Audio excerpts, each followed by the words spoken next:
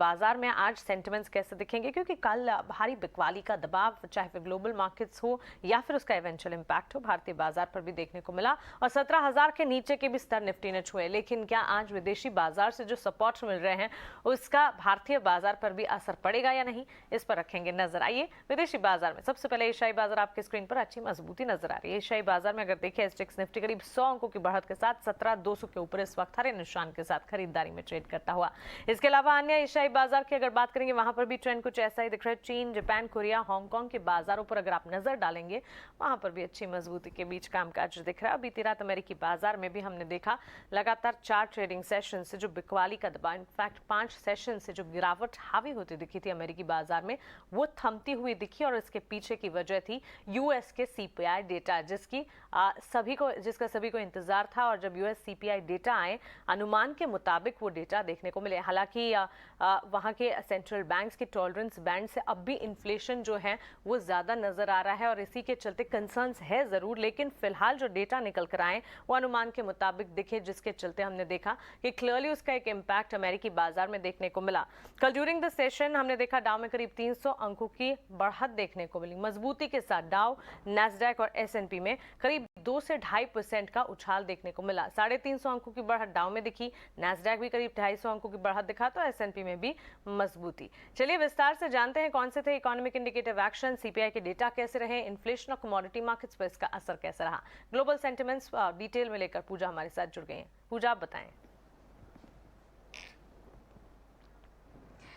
जी, कल हमने देखा कि 5 दिनों की जो लगातार गिरावट थी यूएस बाजार में, वहां पर कहीं ना कहीं ब्रेक लगा और डाउ जोन्स में 300 अंकों से ज्यादा की बढ़त देखने को मिली है।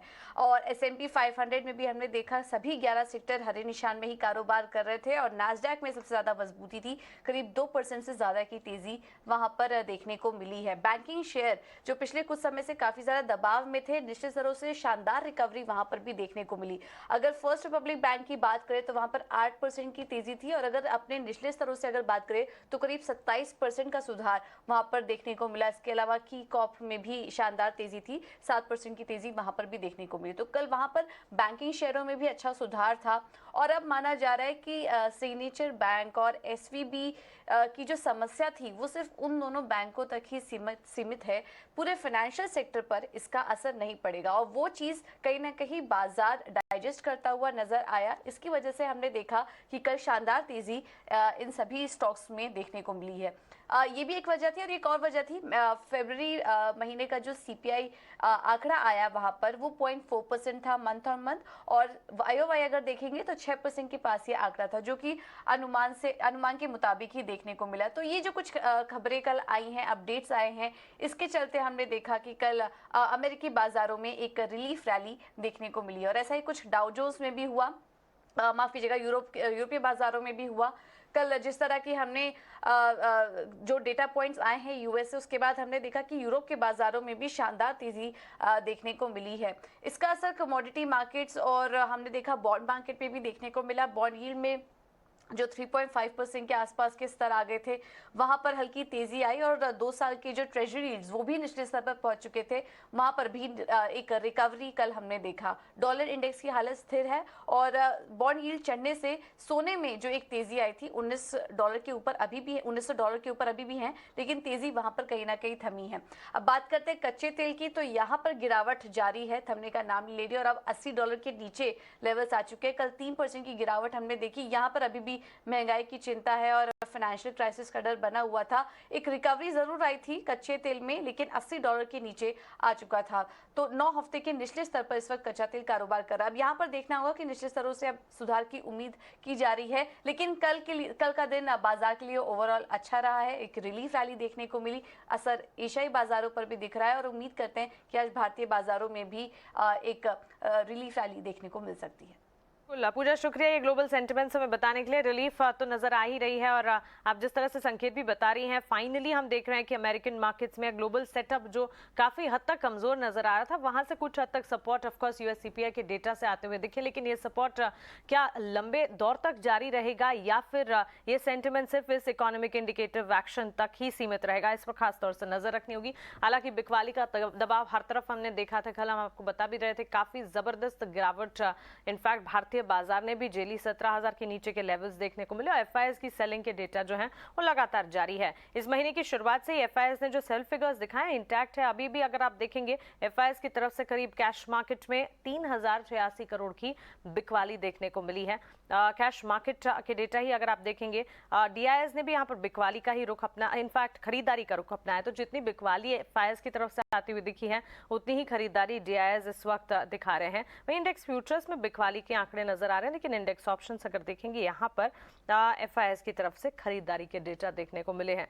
तो क्लियरली एफआईएस की बिकवाली के बीच भारतीय बाजार के लिए कौन से सेंटिमेंट्स हैं जो कि पॉजिटिव प्रूव हो सकते हैं, ये समझने की कोशिश करते हैं। हमारे साथ मार्केट एक्सपर्ट भी जुड़े हैं सौरभ सिसोदिया, उनसे समझते हैं कि इस वक्त बाजार के सेंटिमेंट्स डोमेस्टिक मार्केट्स में स्ट्रैटेजी क्या बनाई जाए। वीक हो चुके थे global cues Saurabh, good morning, जिसका असर भारतीय बाजार पर भी पड़ा और टाइट बेयर ग्रिप कल तो देखने को मिली। अब इस वक्त जो ग्लोबल सेंटिमेंट सपोर्ट दिखा रहे हैं, क्या भारतीय बाजार के लिए पॉजिटिव साबित होंगे? क्या बनाएंगे strategy in the first half? Good morning.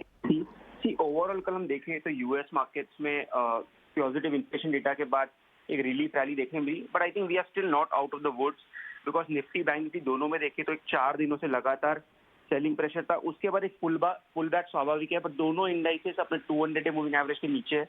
तो मेरी स्ट्रैटेजी सेल ऑन राइज ही रहेगी। हालांकि करंट लेवल्स पे risk to reward for shorts favourable नहीं है, बट निफ्टी पे अगर 17,350 400 के आसपास अगर कोई रैली आती है तो वहां पे रिस्क टू रिवॉर्ड काफी फेवरेबल रहेगा। एक स्टॉप लॉस ऑफ 17,450 मेंटेन करके फ्रेश शॉट बनाया जा सकता है। इन दैट केस वापस जो टारगेट रहेगा 17,000 का रहेगा। बैंक निफ्टी भी आई थिंक 40,000 का लेवल एक क्रूशियल रेजिस्टेंस की तरह एक्ट करेगा। वहां पर अगर वहां तक कोई तेजी आती है तो 40,200 के स्टॉप लॉस से वापस एक शॉर्ट पोजीशन बनाई जा सकती है। टारगेट 39,500 तक रहेगा। कि ओवरऑल अगर हम देखें तो इंडाइसेस में जो डेटा दिख रहा है काफी शॉर्ट्स बिल्ट हुए सिस्टम में और हायर लेवल्स पे आई थिंक वापस सेलिंग प्रेशर देखने मिलेगा। तो मेरा आउटलुक अभी नेगेटिव है एंड आई थिंक ये प्रॉब्लम्स को रिजॉल्व होने में टाइम लगेगा, एक बेस फॉर्मेशन होने में टाइम लगेगा। तो आई थिंक मार्केट थोड़ा वॉलेटाइल रहेगा और I think in the days to come वापस हम लोअर लेवल्स पे आ सकते हैं। क्लियरली हमारे टेक्निकल एक्सपर्ट्स का यही नजरिया है कि सेल ऑन एवरी राइज, क्योंकि इस वक्त बेरिश मार्केट है और बेस फॉर्म होने में समय लग सकता है। रिलीफ रैली फिलहाल अगर हम देखें सिर्फ ग्लोबल इकोनॉमिक इंडिकेटिव एक्शन के तौर पर आई है, लेकिन we are still not out of the woods, ये कहना है सौरभ सिसोदिया का। सौरभ, फिर स्टॉक स्पेसिफिक मूव्स भी क्या बिकवाली के ही होंगे? क्या ट्रेडिंग आइडियाज हैं आज आपके? अब मेरा जो स्टॉक पिक रहेंगे लॉन्ग प्लस शॉर्ट रहेगा। ओवरऑल मार्केट काफी वॉलेटाइल है तो आई थिंक दोनों साइड के ट्रेड्स मेंटेन करना चाहूंगा। फर्स्ट मेरा लॉन्ग पिक रहेगा कमिंस इंडिया में। ओवरऑल देखिए तो मार्केट इतना नेगेटिव होने के बावजूद भी कमिंस इंडिया का स्टॉक कंटिन्यूस हायर राइज बना रहा है। ये इंडिकेट कर रहा है स्टॉक में रिलेटिव स्ट्रेंथ काफी अच्छी है। ऐसे वीक बाजार में भी स्टॉक कंटिन्यूसली एक नए हाइज बना रहा है। तो मेरा मानना in the days to come इस स्टॉक में एक अच्छा आउटपरफॉर्मेंस ऑन द अपसाइड देखा जा सकता है। तो कमिंस इंडिया जिस तरीके से अपने 20 मूविंग एवरेज के ऊपर सस्टेन कर रहा है, यहाँ पर risk to reward for long काफी फेवरेबल लग रहा है। तो कमिंस इंडिया को करंट लेवल्स पे खरीदारी की सलाह होगी। एक जो स्टॉप लॉस मेंटेन करना है 1670 और ऑन द अपसाइड 1720 तक की तेजी कमिंस इंडिया में देखी जा सकती है। ऑन द अदर हैंड एक सेल कॉल लेना चाहूंगा बजाज फाइनेंस पे।